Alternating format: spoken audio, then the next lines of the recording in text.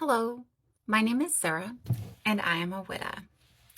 I am a globally mixed, indigenous, two-spirit person.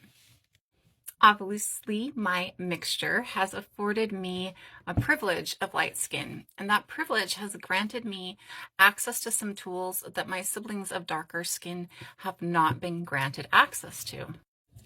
Due to that, I'm often tagged in to explain something in a way that you might understand because my privilege has granted me access to tools to get you to understand a little bit better. And sometimes people just hear it better from somebody who looks like me. Though I have a huge problem with that, I still also know that it exists.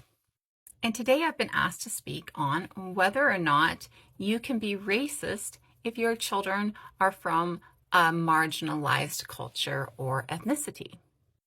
I always like to double down on the fact that race does not exist. It is a theory that was created in the 1800s when the theory of evolution was found or created itself. And the theory of race has been debunked. You can have some differences due to adaptation in different spaces, and you can have some differences due to genetic paths and genetic lines. And why do I think I know that? Because the Western degrees that I have are in anthropology, in archaeology, and medicine. So I've put a lot of time and effort into studying not only human evolution, but different genetics in different people.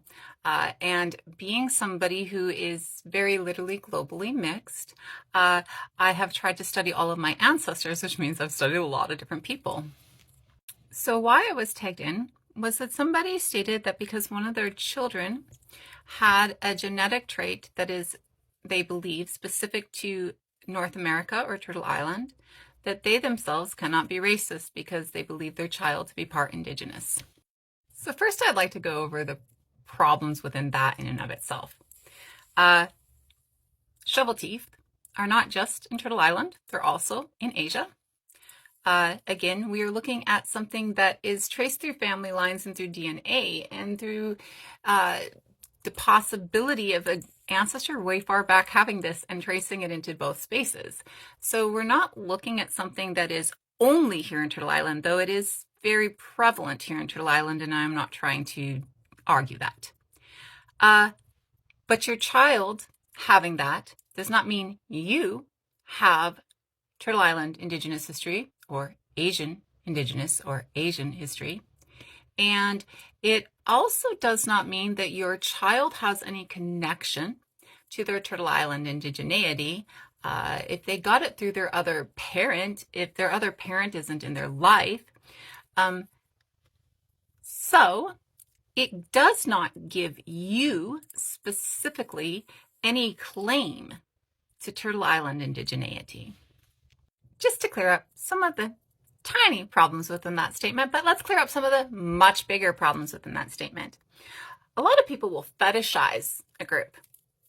I said it, I know. A lot of people will fetishize another group, and so they will purposely seek out individuals from that group and have children with individuals in that group. Fetishizing a specific group does not make you anti-racist, it makes you a racist. I know, I said it, you didn't want to hear it, but it's the truth. So if you have specifically sought out somebody to have a child with who is of a different ethnicity because you like that ethnicity and you want a child of that ethnicity, you are actually being actively racist. And again, race doesn't exist, but racism does exist, okay? And when you are idolizing or fetishizing, it's just as racist as any negative racist act, which does not mean that it's not a negative act. It may seem positive, but in fact, it's very negative because what it is that you see this being that you are having a child with not as a self, but as a race or as an ethnicity. You see their skin or their history more than you see the internal. And that's problematic. It's also problematic when you try and raise a child within that, because when you're trying to raise a child within that, it means that maybe you're not giving that child access to their culture appropriately, right? Or maybe you've decided that because you've got ideas of what that culture is or that ethnicity is, that your child has been put in a marginalized box, which is what marginalization is, right? That you've decided that they belong to that ethnicity and therefore belong in that box. That doesn't mean that everybody who goes out and has a child with somebody of a different ethnicity is doing it because you're fetishizing an ethnicity. Many of us fall in love with people of other ethnicities, right? But if you were going out and you were having a child of another ethnicity purposefully, or getting with somebody of another ethnicity because you like that ethnicity and not because you like that human being, that's racism, honey pie. And y'all need to remember that. Think of it, stop it, right? I'd also like to point out that just because you belong to a marginalized ethnicity does not mean that you can't be racist against other marginalized ethnicities. We all know you can't be racist against white people. Totally agree that, and we should remember that. But lateral violence is a thing, isn't it?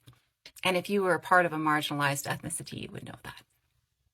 So finally, I would like to state that if somebody tells you that you're acting racist and they belong to a marginalized ethnicity and you do not, your first thought process should be how?